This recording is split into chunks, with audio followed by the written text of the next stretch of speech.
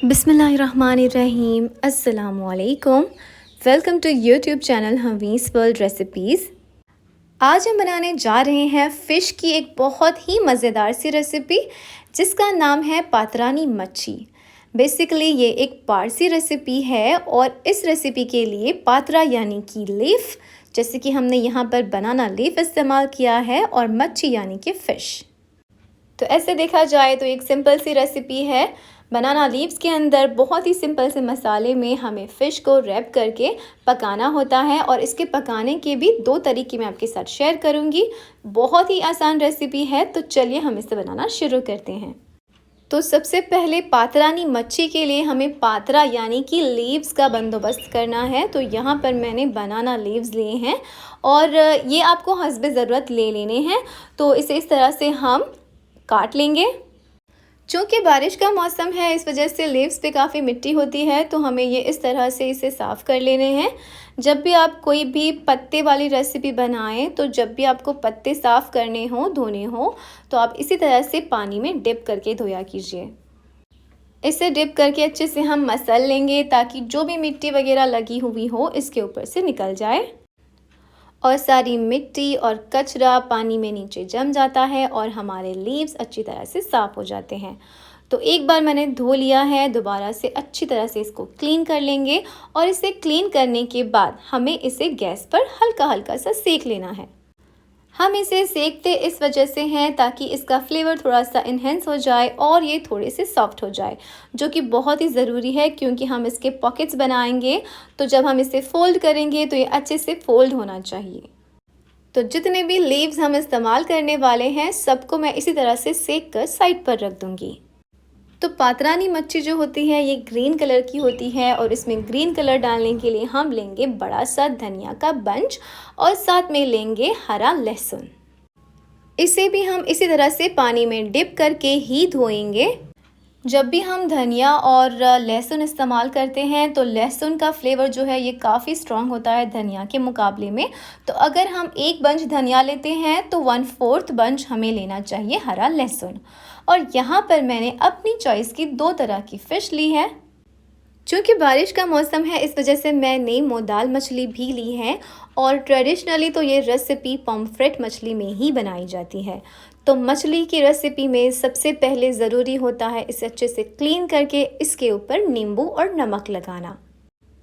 तो यहाँ पर मैं इसके ऊपर नींबू निचोड़ रही हूँ। मेरे पास है 1.25 किलो जितनी फ़िश।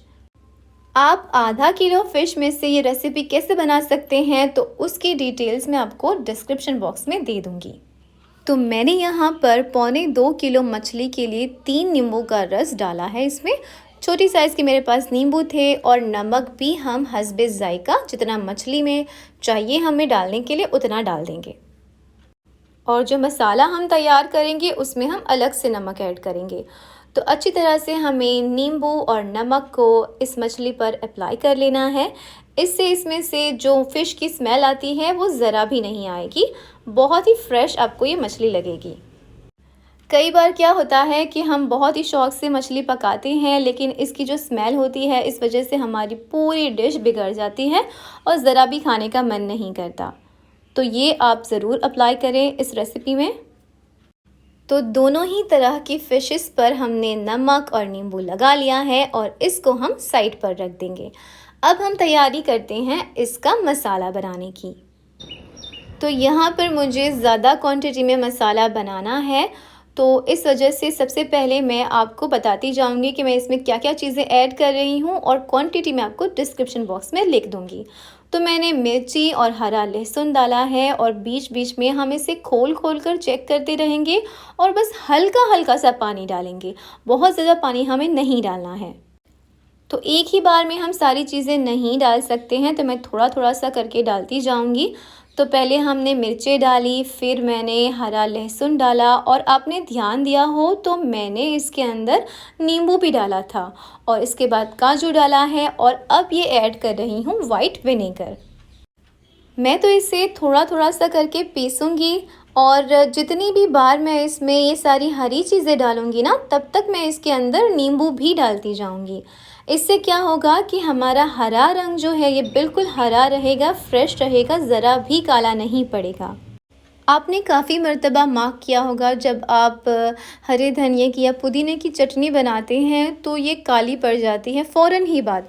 तो हमें क्या करना होता है कि जब भी हम इस तरह की कोई चीज़ बनाएं तो नींबू ज़रूर ऐड करें।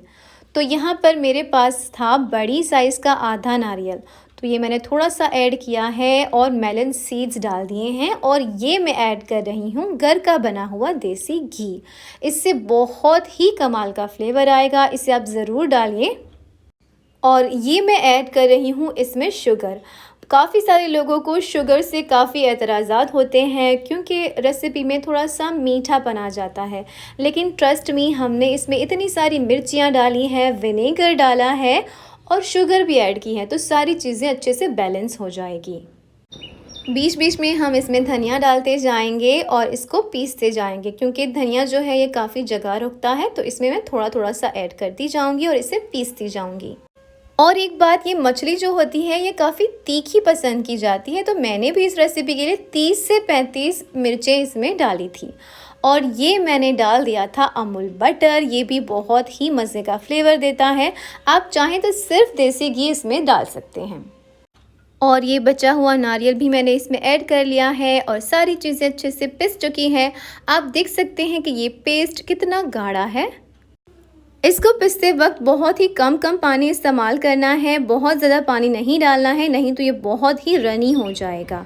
अब हम मसाले जितना इसके अंदर नमक ऐड कर लेंगे और इसे अच्छी तरह से हमें मिक्स कर लेना है।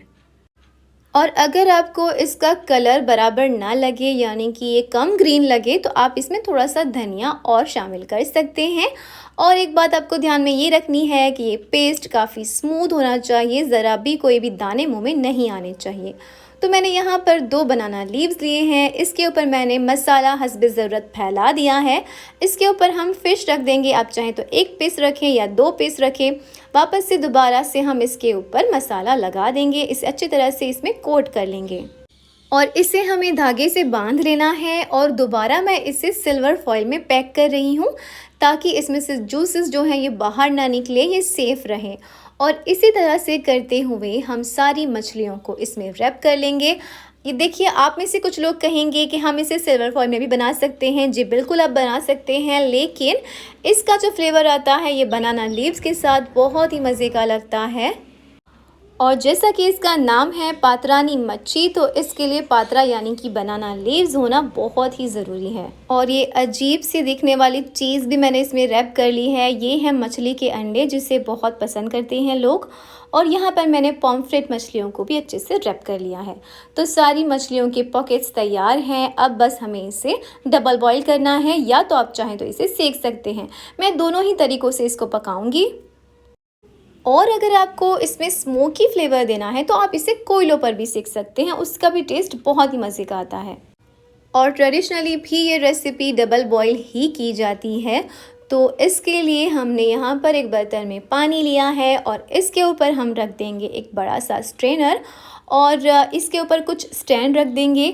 और ये कोशिश करनी है कि उसका पानी जो है नीचे से ऊपर हमारी फ़िश को टच न करे, बस इसको हमें भाप में पकाना है।